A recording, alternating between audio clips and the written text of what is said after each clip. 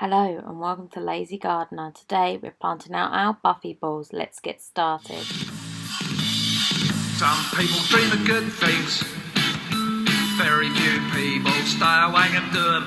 People dream of... Okay, so we're just digging out the welder here and plugging it in. Just takes a little while because we're so tidy in our workshop. Right, now we're going to get out our old fencing. This is from where we did garden fence. And we're just going to connect it to the earth and weld it together. We're using tacking welds because once we're finished with this trellis, we want to be able to snap the welds and lay it flat in storage until next season. Here we're just snapping off some of the prongs on some more of the old fencing and just tacking it onto the frame to give it a little bit more of a stable structure.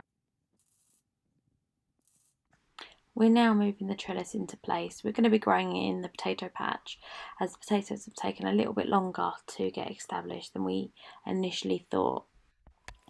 Here I'm just hoeing out some of the deep wood chip so that I can get the trellis into a more stable base so that nothing will knock it over.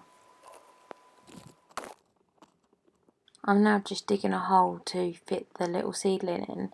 I'm also enriching it with some chicken fertiliser so that it has enough energy to get through the growing season. Squashes are really hungry feeders and need a lot of nutrients to get through.